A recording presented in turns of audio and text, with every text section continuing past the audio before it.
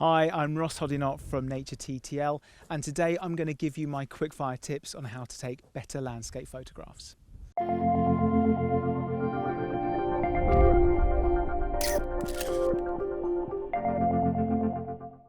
I've been taking landscape photographs for over 25 years now, and over that time I've gained lots of experience through doing things right and through making lots of mistakes as well.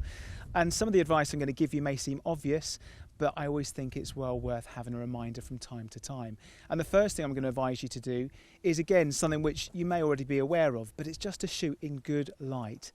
Light will make or break your image, and the importance of going out either early in the morning or late in the evening when you can shoot those so-called golden hours when the light is warmer, more dramatic, there's colour in the sky, and you'll just capture more depth and kind of deeper shade in the landscape. Your images will instantly improve by shooting in good light, and so I'd really encourage you to set your alarm early, plan carefully, stay out late and really capture the quality of natural light. Next up is the importance of capturing depth in your landscape images, and one way you can do that is by using a wide angle lens and getting close to foreground interest, or perhaps using a lead-in line to just direct the viewer's eye through the image and convey a real sense of like a three-dimensional feel to your images. And it's really important that you kind of give your images that feeling of depth. It gives so much impact to your shots, and so think about your viewpoint carefully. Use wide angle lenses when you can, and just try and create a three-dimensional effect when you shoot landscapes. My third tip is not to get into a habit of shooting with just one lens.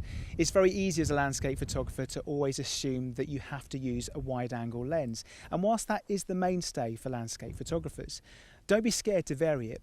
Use a standard lens from time to time, and certainly use a telephoto zoom to be able to kind of capture and isolate detail, texture and layer in the landscape.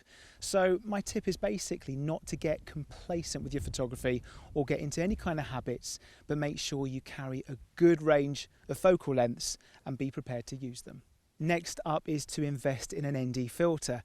ND filters, or neutral density filters, are really handy accessories for landscape photography. What they allow you to do is create longer exposures. So the filters absorb a certain amount of light. You can buy a whole range of ND filters with a variety of different densities.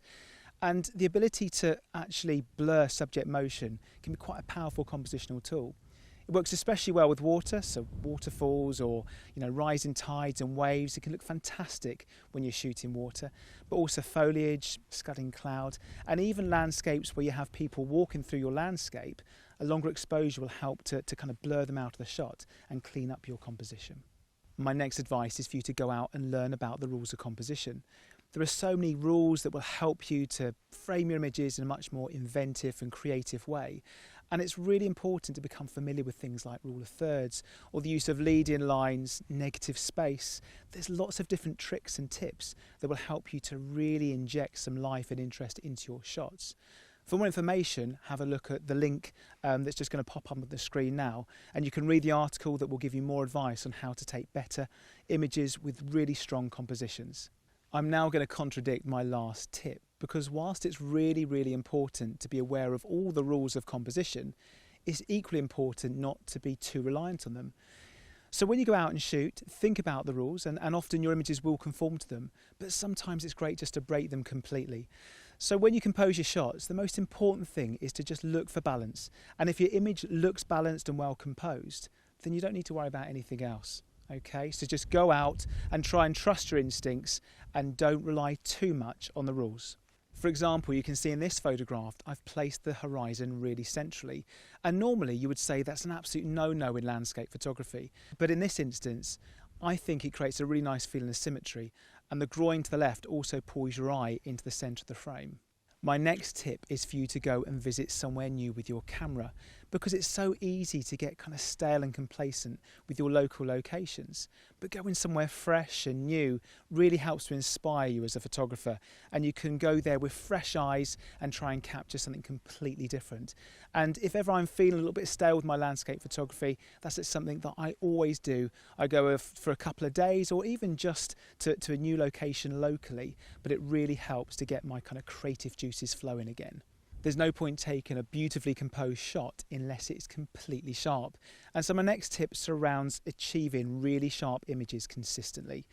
So there's a couple of things that you can do to maximise sharpness in your landscape images.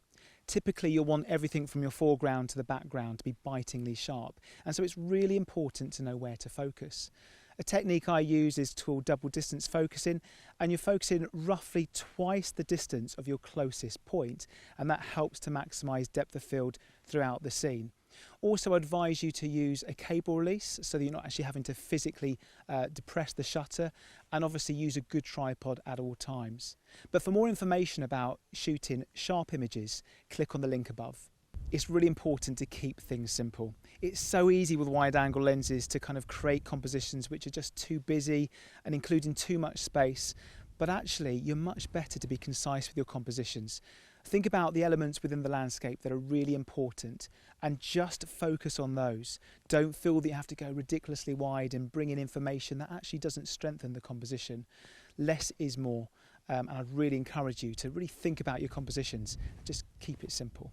It's really important that you get into the habit of using your histogram, and this may be checking images after you've taken them, or maybe looking at the live histogram on the back of your live view or through your through the viewfinder with a mirrorless camera.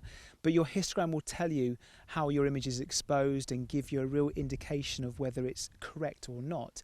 And if you don't use it, there's a real risk that your images might be under or overexposed. So get into the habit of looking at your histogram. There's a few telltale things that can really affect exposure. Obviously, if your histogram is falling off one of the edges, that's an indication that the exposure is poor.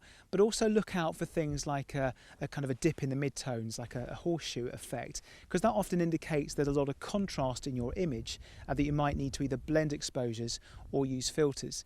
And for more information on using graduated filters, click on the link above. Think very carefully about your aperture choice when you shoot landscape images. It's very easy to assume when you shoot a landscape that you want to use a really small aperture like f/22 to create a maximum depth of field. But in fact, a lot of lenses perform quite badly when they're stopped right down. So I would recommend going for a mid-range aperture. So typically my starting point is f11, and that tends to create a sufficient depth of field for most landscape shots, but it's also relatively diffraction free. And so think very carefully and don't use a smaller aperture than you absolutely have to. I really hope you found my landscape photography tips helpful. And for more information and tutorials, don't forget to subscribe to the Nature TTL YouTube channel.